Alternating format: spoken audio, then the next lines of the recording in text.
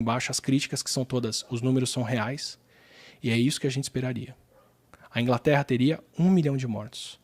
Foi esse 1 milhão de mortos, até agosto, que fez a Inglaterra voltar atrás e decidir fazer alguma coisa para parar o país.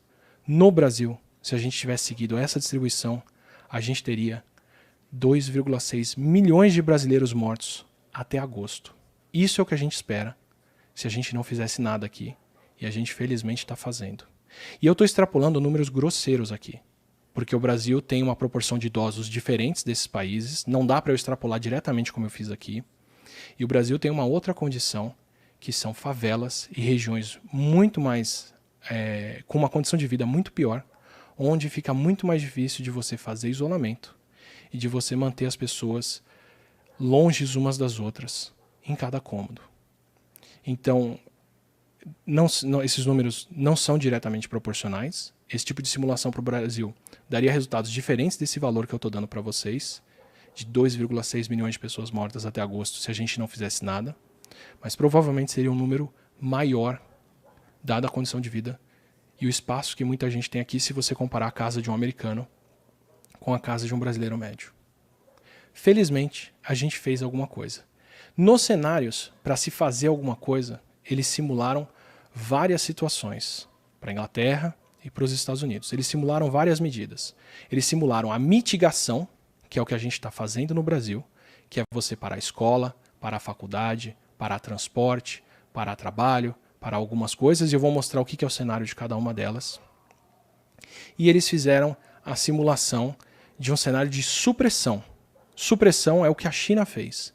Ninguém sai de casa, ninguém circula na rua, ninguém faz nada. É todo mundo trancado dentro de casa até os casos se resolverem. Eu vou discutir para vocês um pouquinho do que cada cenário desse conta. Em verde é o que acontece se você fecha escolas e universidades. Fechar escolas e universidades funciona, atrasa a circulação do vírus, diminui o número de idosos infectados e isso reduziria um pouco a demanda por leitos. Em laranja é o que acontece se você diagnosticar quem é possível e isolar essas pessoas em casa. Se você tiver testes para descobrir quem está com o vírus e mandar essas pessoas para casa, você reduz um pouco mais o número de pessoas precisando de leitos. Em amarelo é o que acontece se você, além de isolar os casos, manter os familiares de quem foi infectado em quarentena em casa. Então, em laranja é só quem eu detecto que está com o vírus, fica em casa. Em amarelo é quem eu detecto que está com o vírus e quem está ao redor dessa pessoa vai ficar em casa. E em azul é o que você faz se você instituir o que está acontecendo praticamente em Wuhan, que é isolar todo mundo, quarentena em casa de todo mundo e pelo menos os idosos não podem sair de casa. Em nenhum dos cenários que eles simularam aí, o número de leitos disponíveis estão disponíveis para todo mundo. O melhor cenário que eles conseguiram chegar, o menor cenário de todos, é esse último, com todas as restrições, e que mesmo assim a gente tem pelo menos 8 vezes mais pessoas precisando de UTI do que o que está disponível nesses países. O Brasil está agindo para aumentar o número de leitos de UTI. A gente tem esses planos de converter estádio e outros espaços para atendimento hospitalar, e tudo indica que o país está agindo para se preparar para um grande número de casos. E se vocês repararem nessa simulação, quando esse número de casos estoura e ultrapassa o limiar de leitos disponíveis, acontece aqui, ó, em abril. Como disse o pronunciamento do ministro de hoje, em abril, o sistema de saúde do país entra em colapso. Isso provavelmente indica que eles estão trabalhando com esses números e que os países todos estão trabalhando com eles. Então o mundo está se preparando para em algumas semanas ter os sistemas de saúde entrando em colapso. E a gente tem 2 caminhos daí para frente. A gente tem o caminho da mitigação, porque felizmente não fazer nada está fora de questão e todos os países estão se movendo. E a gente tem o cenário da supressão. O cenário da mitigação, se as medidas forem parciais, ainda tem transmissão e eu vou dar para vocês os números. Um cenário de mitigação dos Estados Unidos diz... Não, eu vou dar um número direto para o Brasil. Um cenário desse de mitigação em que a gente não suprime as pessoas não mantém elas em casa e deixa mais do que o básico funcionando, a gente ainda tem leitos faltando, a gente ainda tem a mortalidade da Covid dobrando, porque as pessoas não vão ter respirador. E a gente teria, ignorando que a proporção de idosos do Brasil é diferente e que as condições sociais aqui podem ser piores, pelo menos 1 milhão de mortos até o fim de agosto. Então esse é o cenário que a gente tem pela frente. Se a gente instituir, segundo esse estudo, deixo a referência aqui embaixo, fiquem à vontade para ler e destrinchar, como eu disse, isso está orientando a política internacional, isso está orientando a política inglesa, isso está orientando a política de reação americana, isso está orientando todo mundo. A gente tem 2 cenários. Se o Brasil só adotar medidas de mitigação, em que a gente restringe a circulação em alguns lugares, fecha algumas coisas, mas não adota um cenário completo, o que a gente vê pela frente aqui é 1 milhão de pessoas mortas, ou mais, até o final de agosto. É isso que a gente pode esperar. E a minha câmera desligou no pior cenário, na pior hora possível, mas eu já vou ligá-la para vocês. Voltando, mil perdões pela pior hora possível em que essa bateria da câmera poderia acabar. Então, o que a gente espera daqui para frente? Se a gente seguir no cenário de mitigação, a gente pode ter aí pelo menos 1 milhão de pessoas mortas até o fim do ano. Se a gente seguir pelo cenário de supressão, a gente tende a ter alguns milhares de mortes, mas a gente consegue manter o sistema de saúde funcionando e as pessoas sendo atendidas. E as pessoas tendo uma vida digna, apesar de estarem completamente restritas em casa. Esse é o cenário que a China passou e é o cenário que os países europeus estão tentando implementar. Então daqui para frente, depois de ver o resultado desse estudo, e é por isso que eu estou falando com vocês aqui, eu encaro essa questão de 2 formas. A gente tem 2 caminhos aqui. O terceiro, que era não fazer nada, felizmente está fora de questão e todos os países estão evitando ele. Mas a gente tem um cenário de mitigação, em que a vida muda um pouco, em que a circulação continua restrita e as coisas não acontecem, e a gente tem 1 milhão de mortes. Ou a gente tem um cenário de supressão completa, onde todo mundo fica em casa, ninguém pode circular, e a gente evita 1 milhão de mortes.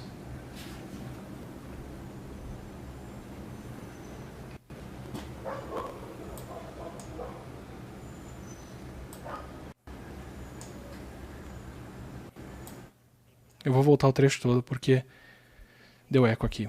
Mil perdões, assim que eu liguei a câmera de novo. Depois, se vocês quiserem, a gente pica esse vídeo e faz vários pedaços. Era a pior live que eu podia ter, problemas técnicos desses, mas pelo menos está me mantendo falando com vocês de cabeça fria. A gente tem esses 2 cenários pela frente aqui. A gente tem um cenário em que a gente tem a vida semi-restrita e tem esse número de mortos, possivelmente mais. Ou a gente tem um cenário em que a gente tem a vida completamente restrita e alguns milhares de mortos. Então, quando você vê uma discussão daqui para frente de se tal comércio deveria fechar, se tal serviço não essencial deveria fechar, se as pessoas podem ou não estar circulando ou trabalhando, ou se devia ainda ter aglomeração na rua, ou se espaços confinados deveriam ter tanta gente, entenda que essa é uma discussão entre teremos 1 milhão de mortos ou teremos alguns milhares de mortos. Porque esse cenário já está aí.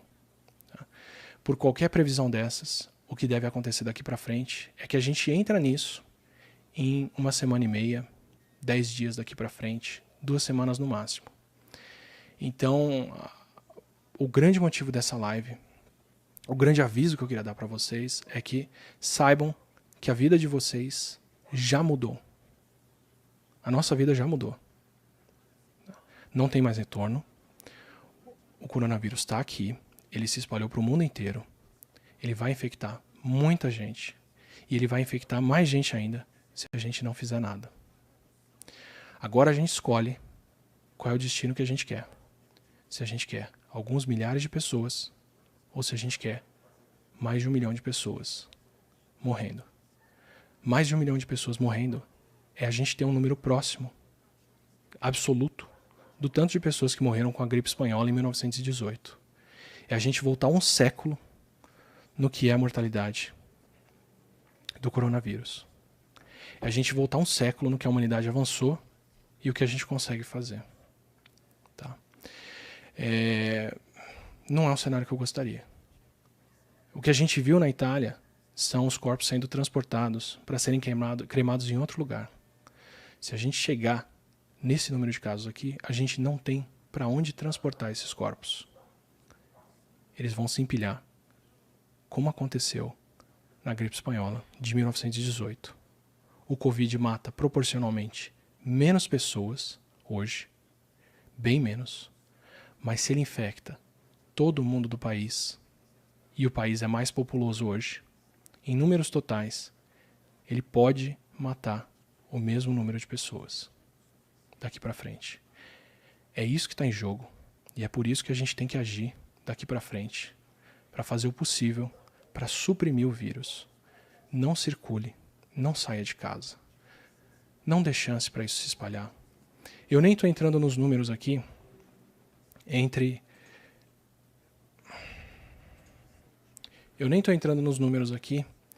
entre o que acontece com os idosos, que nas simulações e nos testes todos morrem entre 4, 5 e até 10% dos idosos do país, caso não se faça nada. A gente não está arrumando para esse cenário. Como eu disse, a gente está tomando medidas de todo tipo para manter as pessoas, para conter elas. Eu estou trazendo esse estudo para vocês, não para dizer que a gente está arrumando para esse pior cenário, mas para dizer que enquanto a gente ainda está nas centenas de casos no país, enquanto a gente ainda está nos milhares de casos aqui, a gente ainda pode tirar o freio desse barco e deixar ele estacionar muito antes. Eu falo isso no vídeo sobre o que acontece com os casos e com a saúde das pessoas. A gente tem como levar uma vida normal depois e passar por isso. Só que a gente depende dessa supressão. A gente depende de todo mundo ficar em casa por meses, pelo menos até o fim de agosto. Tá? A conclusão do estudo é que depois disso, se você libera as pessoas para circularem de novo, o coronavírus volta a circular e pode reinfectar pessoas. E essa parte é de fato controversa. Tem outros pesquisadores que já disseram que não precisa ser tão Tem outros pesquisadores que já disseram que não precisa ser tão restritivo a respeito do coronavírus daí para frente. Que depois de a gente passar por uma fase de supressão dessa, a gente pode acabar com os casos e com isso ficar livre para circular. Que de qualquer forma a gente vai ter que manter as fronteiras fechadas por conta disso. Porque a gente não pode deixar os casos serem importados e começarem de novo um surto. Essa é a situação em que a China está agora. Eles conseguiram suprimir a doença até o ponto em que eles mal têm casos internos e tem alguns casos externos sendo recebidos. Mas tudo indica que dentro de algum tempo eles vão poder retomar a vida deles, até começar a estourar um outro surto de coronavírus e eles terem que impor de novo a supressão para as pessoas e parar com a vida delas. E a gente talvez tenha que alternar entre supressão, mitigação, mais para frente, até a gente ter uma vacina, até a gente ter um remédio, dando condições para todo mundo ter um atendimento de saúde, para todo mundo que precisa de uma emergência se curar, se cuidar. Mas esse era o maior recado que eu tinha para dar aqui. Os dois cenários são muito complicados daqui para frente. Um deles exige que a gente não circule, não se movimente, não saia. O outro exige um número inaceitável de vidas sendo tomadas por causa do coronavírus. Essa é a escolha que a gente vai fazer daqui para frente. Tá? Então, quando alguém discute se é uma doença leve ou não, se a gente deveria parar ou não, se o comércio deveria parar ou não, se as coisas deveriam acontecer ou não, entenda que é isso que a gente está discutindo. É se a gente quer milhares ou milhões de mortos. Isso é uma decisão que todos os países vão ter que tomar. E isso é uma decisão que o governo brasileiro está ciente de que temos que tomar. Quando a gente começa a construir leitos de hospital dessa forma, em todos os lugares, e quando a gente começa a falar que em abril a gente deve ter o colapso do sistema de saúde. Então, por favor, não fique contando com curas, com gargarejo, com bochecho, com qualquer ritual para não pegar o coronavírus. Não fique contando com a vacina que deve vir Mas se ela leva pelo menos 1 ano de desenvolvimento, esse 1 ano vai acontecer depois desses milhões de casos. Não conte com uma cura, com um remédio, porque mesmo se a gente tivesse algum composto hoje que cura as pessoas, o que a gente ainda não tem, o tempo de produção dele para poder distribuir isso para a humanidade é de alguns meses. A janela que a gente tem em relação ao coronavírus é muito mais curta do que isso. Então, eu construí essa reputação, eu conversei com vocês aqui, até agora, até hoje, para chegar nesse ponto e poder falar para vocês que esses são os números que a gente tem. A nossa vida mudou. A sua vida mudou. Você tem mais 1 semana ou 2, no máximo, de normalidade na sua cidade. Se você está em São Paulo, você tem menos tempo do que isso. Daqui para frente, a gente não pode mais sair na rua, a gente não pode mais circular, a gente tem que evitar ao máximo o contato físico com outras pessoas, porque o coronavírus passa pelo ar e ele passa muito bem. E quando você tem um número de casos tão grande, é só o isolamento e a distância física que impede esse vírus de ser transmitido. Então, daqui para frente, saiba disso. A gente tem mitigação ou supressão. Se nenhum dos dois estiverem sendo tomados na sua cidade, isso é uma loucura. Se a mitigação estiver sendo tomada para manter parte da economia girando, para manter parte das coisas funcionando, porque pode ser perigoso e porque pode levar a uma perda de trabalhos, saiba que isso envolve milhares de vidas na sua cidade. Milhões de vidas no país como um todo. O caminho que esse estudo mostra, o caminho que a gente vê, o caminho que o mundo está vendo como o único possível para evitar um grande número de mortos é testar ao máximo as pessoas com vírus e supressão, não sair de casa, não circular. Você não precisa acreditar no que eu estou falando aqui, você não precisa me levar a sério, os estudos todos estão aqui embaixo, o meu currículo está disponível, é só acompanhar o número de casos da Espanha e como a Espanha vai progredir, ou se você está em qualquer parte do Brasil, é só você acompanhar o que vai acontecer com São Paulo no próximo mês. Mas se você está em São Paulo, saiba disso, a sua vida mudou, você não deve mais sair na rua, você não deve mais circular, você não deve mais entrar em contato com outras pessoas. A nossa vida vai mudar muito nos próximos dias, ela vai mudar radicalmente e ela vai mudar em uma direção ou em outra. Ou da restrição de movimento, ou do número de mortos que a gente vai ver na nossa frente. A gente ainda está em tempo de enfrentar isso. O Brasil ainda está no começo desse surto e a gente teve meses para estudar o que aconteceu em outros países e o que funcionou ou não. Então a gente ainda pode agir. E a gente já aprendeu, a esse momento, que a melhor ação que a gente pode tomar é essa de isolamento e distanciamento social. Eu estou repetindo isso muitas vezes porque é a única coisa que a gente sabe que funciona. Não leve a sério curas, não leve a sério tratamentos. Isso pode vir lá na frente, isso com certeza vai ajudar muito a humanidade. Mas a essa altura, nesse momento, o melhor que a gente faz é não sair de casa. Se a sua cidade ainda não tem casos, você tem alguns dias para isso chegar aí. No máximo 1 mês. Se você está num grande centro como São Paulo, e principalmente em São Paulo, essa realidade já chegou para você. Eu vou estar aqui, a gente vai passar junto por isso, a gente tem que se apoiar. Isolamento envolve muito preparo mental, envolve saúde mental para a gente poder passar por isso, tudo que vai acontecer. A gente vai ter que enfrentar familiares, parentes, amigos ficando doentes, sendo internados, avós, pai e mãe sendo internados e morrendo.